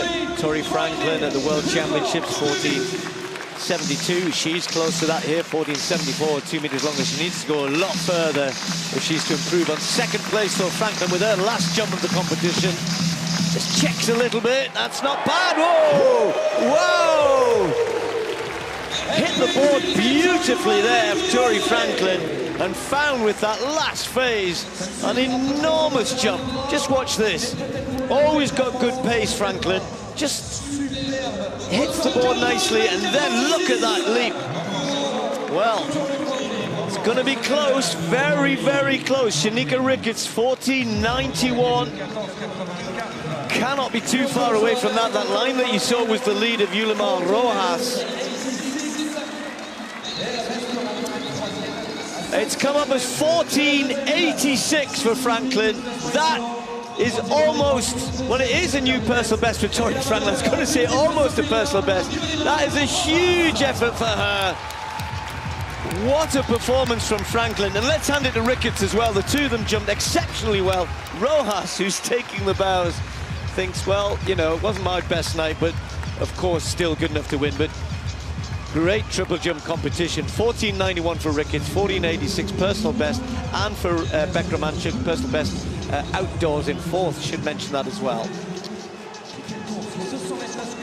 This was the 15:01, which we didn't see earlier on. This is what actually won her the competition. This is the longest jump of the competition. That was in the 5th round, as Tim was saying, after 3 no jumps in the first 3 rounds, 14:09, just to get a safe one in on the 4th. But she wins it, as ever. We go back to the track at last for this men's 200 metres. We've had world record attempts in the 1,000 tonight. Jake Whiteman, a runaway winner, and Dukan Wanayo in the 3,725. But this 200 is special, make no mistake. Owen Brown, 7th in Eugene, the Canadian, has a gold medal though, ran the lead-off leg for the Jamaican 4x100 squad. He goes in 8th. Noah Lyles, the winner in Eugene, and he was winner in 2019 as well. The Tokyo bronze medalist behind DeGrasse and Benarek. US champion, of course, and Noah Lyles, the third fastest man in history. Erriyon Knighton, just 18 years old, number 5 all-time. 4th in Tokyo when he was 17. 3rd in Eugene 3 weeks back. And he won on Monday in 19.88 in Hungary. Mike Norman, the world champion at 400 metres. What a lineup this is. World number 1 with 43.56 to win the US Championships at 400. Van Bullock, Joseph Van Bullock of Liberia, 5th in Tokyo last year, 4th in Eugene. He hasn't raced since that World Championship final almost 3 weeks ago. He goes in 4th. Alexander Ogando, 5th at the World Championships. 3rd on Monday at the July Memorial, 20.3. He's in 3. Josephus Lyles, the younger brother, has had a long break between the US Championships and recent races in Memphis, USA, some 4 or 5 weeks. Lyles, he's in 2. And then Zeze, Meba Michael Zeze of France, the French champion, set 2 personal bests at La Chaux de Fonds earlier on in July at 100 and 200 metres. Didn't race at the World Championships. So, Mike Norman, the world 400 champion, goes in lane 5. His 400 gold in Eugene was the 11th USA gold at the 400 metres at the World Championships. And he's the second man in history, Mike Norman, to go under 10 seconds, 100, 20 seconds for 200, and 44 seconds for 400. He goes in 5. Erriyon Knighton, the youngster, goes in lane 6. He was 4th all-time when he ran 1949, his personal best. Erriyon Knighton is now number 5 all-time. Noah Lyles there, fired up and ready for this one. He's a fabulous runner. Watch the strength of his finish. He goes in 7. Twice world champion, the American, in 7. The big names then. Mike Norman in 5, the world 400 champion. Erriyon Knighton, the pretender to the throne, just 18. It goes in lane 6. And Noah Lyles in 7. Brown of Canada in 8.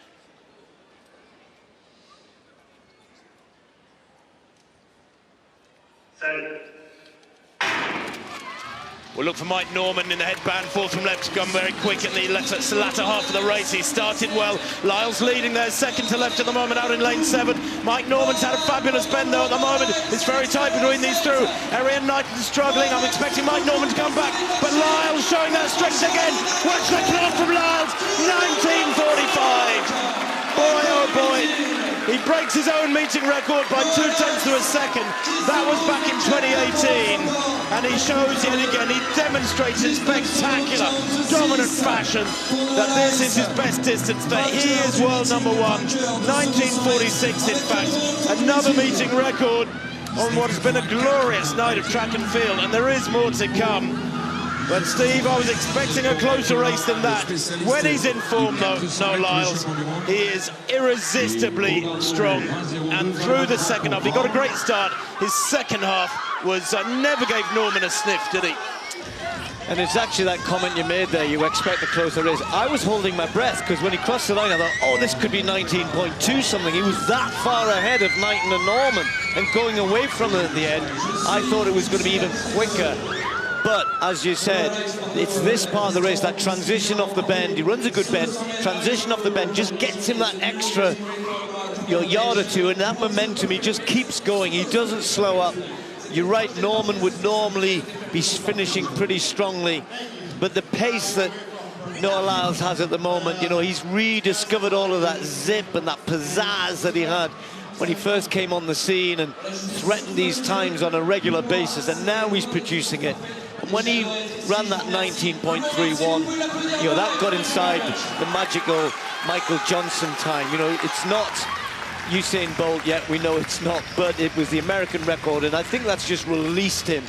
And we're seeing here once again, yes, Erriyon Knighton's time will come. He will continue to get better, and it'll be a great tussle between these two over the years. But for the time being, you cannot say that they're able to hold Noah Lyles. He's just too good. I make that the 4th meeting record of the night. Noah Lyles, loving it. So charismatic, such a bubbly character, so positive, enjoys himself. Slightly off colour last year when he was beaten in the Olympic Games. Remember Andre de Grasse taking gold in Tokyo ahead of Kenny Bednarek. Lyles having to settle for bronze. But this Well, it's a lot quicker than De Grasse ran for Olympic gold. Not as quick as he ran a couple of weeks back for world gold, but a meeting record. Well, this happened a fair while ago. The jump off, which we saw Wu, it had come down to 2:30 after both failing at 2:32.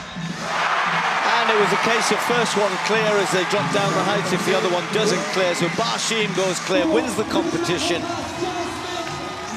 Again, a bit like Rojas, 2:30, the highest he could clear tonight, but it was still good enough. He's actually, when he cleared 2:30 on the way up, if you like, it was a much better clearance than this one. And it just his attempts at 2:32, just either he got a little tired, I'm not sure, weren't his usual. Your very good attempt. Anyway, 2:32 proved too far for him, but when the bar came down again, he's just got over that. It's good enough to win the competition tonight. So Barshim wins the jump off against Wu. Those two, the only men who were still in the competition. A little bit of a disappointment from some of the other competitors. Hamish Kerr took third, clearing 2:25 at the first attempt. Javon Harrison took 3 attempts to get over that. He finished 4th. Tamberi couldn't get any higher than 2:20 tonight. Noah Lyles still celebrating that fabulous win over 200 metres. Let's have a look at it again. Out of the blocks. He got a brilliant start, did Lyles. And as I said, Eryn Knight never really got close. Mike Norman never really got close. Mike Norman ran a great bend, actually. Made up ground on Knighton, and you think that he's the world 400 champion, Norman. But Lyles here, his transition into the straight, and then his strength over the last 50 was just fabulous. First 3 went a long way below 20 seconds, but Lyles here in this rear angle, he didn't know what was going on behind him. He just let it unfold the way he knows best. He's fabulously strong over 300, holds the world record, or the world best, I should say, for 300 indoors. And I asked him, actually, earlier in the summer, when are we going to see you run a 400? And he just went, no, it's not going to happen, not going to happen. But I would love to see him run a 1 lap, just a one-off, just go and tease us with a little taster. But tonight, half a lap, enough for him, 19.46. Final event of the evening, the women's 3000 steeplechase. Interesting race. That's young Jacqueline Chepkoech, the 18-year-old former World Junior Champion, because we've just had the World Junior Championships in Cali, and her teammate, who was bronze to her last year, won the gold this time. Courtney Frerichs, medalist at the Worlds, will be hoping that she can hang on to what we think is going to be a pretty quick pace being set here. Sadly, no Chemutai, the Olympic champion at the Commonwealth Games. She clattered one of the barriers about 3 laps from, maybe 2 laps from home. Pretty much limped in, still won a bronze medal, but then was stretchered off with a pretty bad knee injury and had to pull out of Monaco. And that's left the way clear for this young woman here. Getachew, who was very good at the World Championships. Sensational run indeed, and she's the one who's being set up with the pace here this evening to try and run quick. 8:54 she ran at the World Championships, behind Nora Geruto to take the silver medal. Lizzie Bird, incidentally, just from Great Britain, the silver medalist at the Commonwealth Games, right on the inside as well. So the Americans in here, Emma Coburn, you will have seen the 2 Courtneys, Frerichs and Wayment. We've also got Daisy Chepkemay now running for Kazakhstan. But the pace that's been asked for, pretty swift, not silly quick.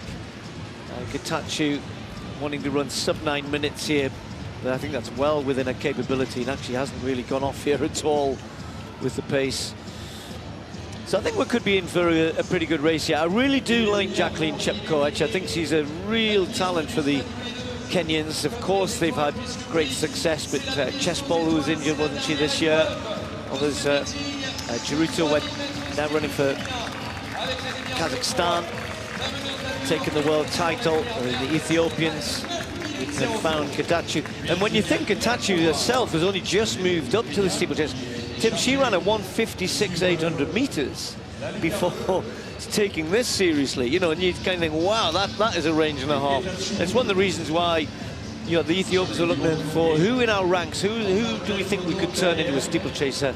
She was the one who they chose, and she was up for it, and so far so good. She's just got better and better. In 2 years, she's come on incredibly far and resulted in that World Championship silver medal in an 8:54 clocking.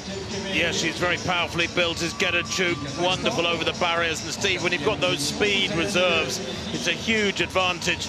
She's into third place now. Is that Emma Coburn, I think, slotted into second place? The pace will get the first 1,000 meters for you. I don't think it's lightning quick, this. They were looking for 2:58, sub-9-minute tempo. It is Coburn, indeed, behind the pacemaker. But I just get the impression that there's a lot of women hanging in there behind Nyambura and Coburn, who are not being stretched at the moment.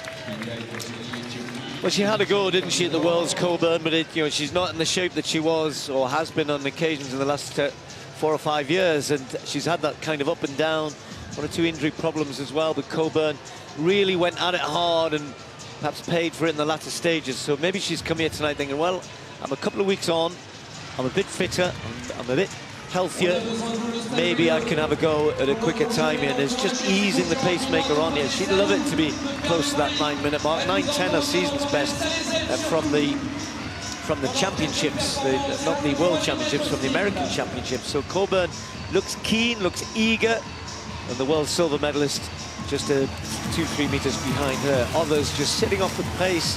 It's decent enough at the front, and that few gaps already starting to appear.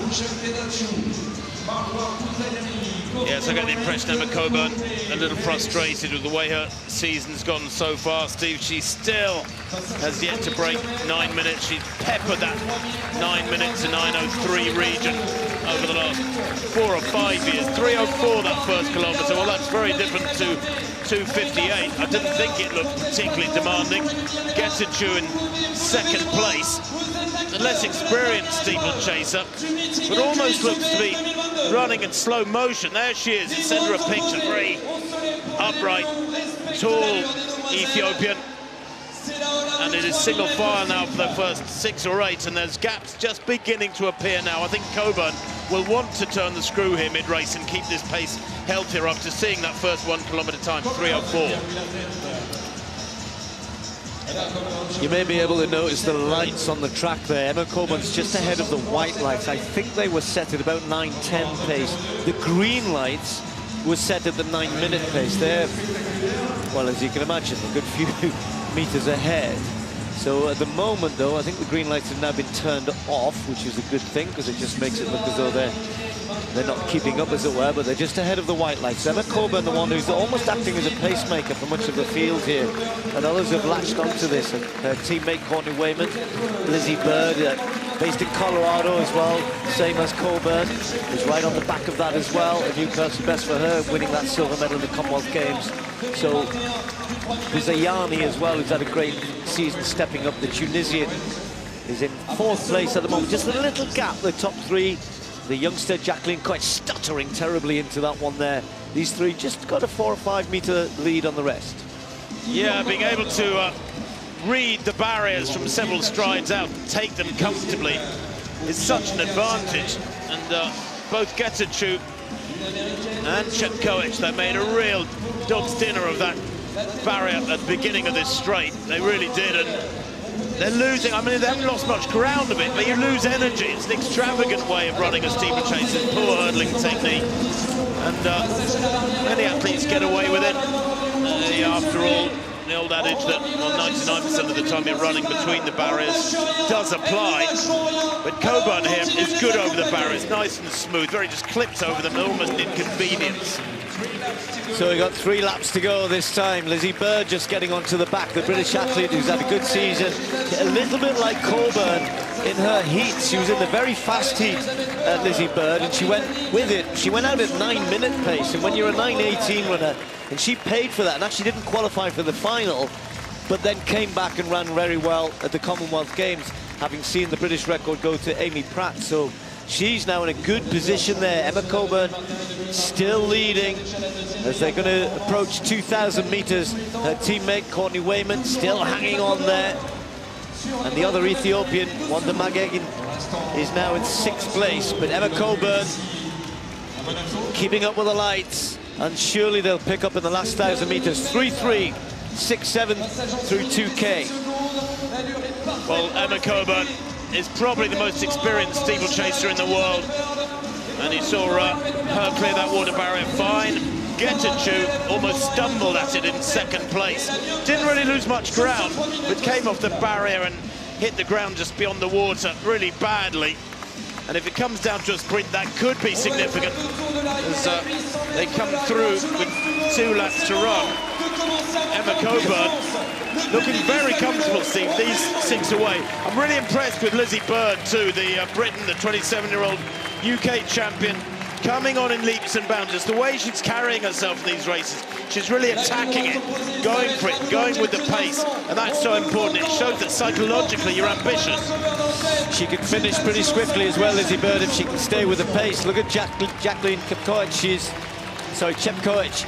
She has only ever run 9:15. As good as she is, she's only 18, is improving all the time, but she could be heading for a new personal best here, whatever she can manage. And she has just got Lizzie Bird of Great Britain sitting on her shoulder. So the top 3, Emma Coburn trying hard. She knows that sometimes she's going to get out-kicked. Wants to try and get the victory here. Would be a big one for her to win here in Monaco, ahead of the world silver medalist. Getachew is in 2nd place, trying to hang on to the American. Next time round here, it will be the final barrier. And Coburn is doing her best to try and break this up before he gets to the kick. Chepkoech, the Commonwealth champion, followed by the Commonwealth silver medalist from Great Britain, and then the other Ethiopian is just starting to get closer with every single step. Well, this is the Emma Coburn we're used to, Steve. The bell is time. They've gone through in around 7:56 now. I'm not sure Emma can run a 64 final lap, but I'd love to see us down in front, stay out in front. She's done the donkey work in the middle of this race, and as the Getachew, the Ethiopian, moves onto her shoulder for the first time, can she wind it up? Has she got a gear over this last 250, the former world champion? It's the other Ethiopian, Wanda Magegin, who's gone to the front here. Over that one nicely. Getachew just looks a little bit laboured, goes past Emma Coburn, and Lizzie Bird of Great Britain is still there with 200 to go, and she can finish pretty quickly. Wanda Magegin leading from the world silver medalist, and then the former world champion of the USA and the British champion. All 4 of them have still got a chance here, and it's the world silver medalist who strikes first. Getachew with 1 more barrier to go. Wanda Magegin moves out, but she can't do anything about Getachew, who kicks away. It's a great scrap on for 3rd behind them. It's going to be Getachew who's going to get the win here. Wanda Magegin takes 2nd place, and Lizzie Bird might have just pipped Coburn on the line. Very, very close. Whatever, it'll be a British record for Bird.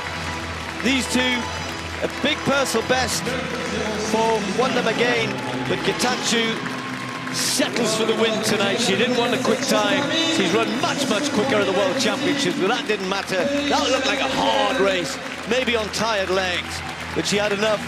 Hats off to Coburn, who did her best and was just pipped on the line. It's just coming up the official result. There's the top 2 and a new national record. That's knocked almost 10 seconds off her own personal best.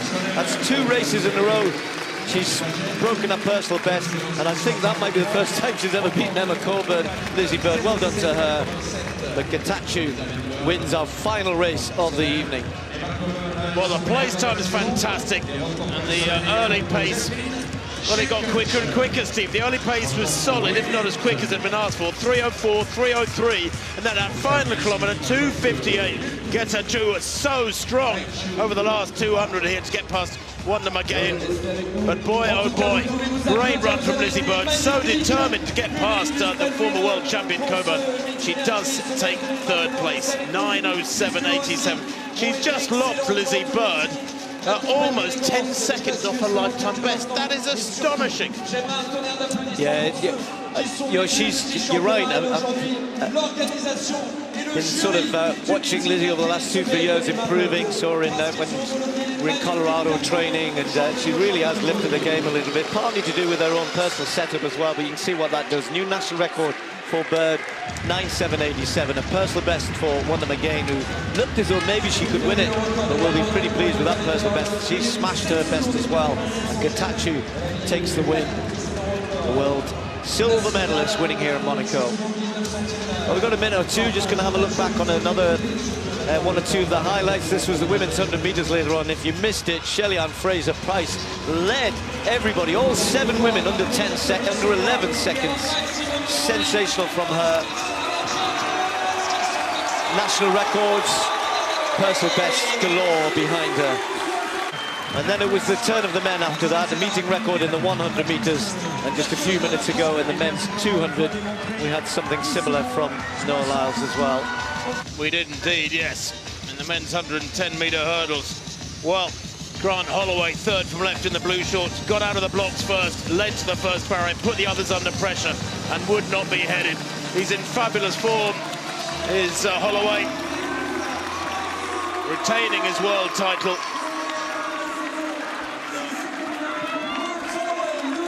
So those were some of the highlights from another thrilling evening in Monaco. Thank you to Tim and Steve. That's all from us for now. The European Championships, they begin tomorrow. Gymnastics, track cycling and swimming, all featuring. Our live coverage gets underway from 8 AM on the BBC iPlayer. Claire Balding will have highlights of the first day from 8 PM on BBC Three. And the 100 continues tomorrow with a double header of men's and women's matches. The Oval Invincibles taking on the Northern Superchargers, BBC Two from 2:30 PM. Before we go, let's take you through the Monaco headlines. Faith Kipyegon came awfully close to breaking the 1500-metre world record. She's now the second fastest woman of all time. Shelly-Ann Fraser-Pryce took the 100 metres in 10.62 seconds, a world lead and meeting record. And Jake Whiteman moved up to third on the British all-time list with victory in the 1,000 metres. Only Coe and Cram have gone quicker. So thanks for joining us. The Diamond League will be back at the end of August. But first, we've got the European Championships to look forward to. 9 sports over 11 days, all live across the BBC. We'll see you for that tomorrow.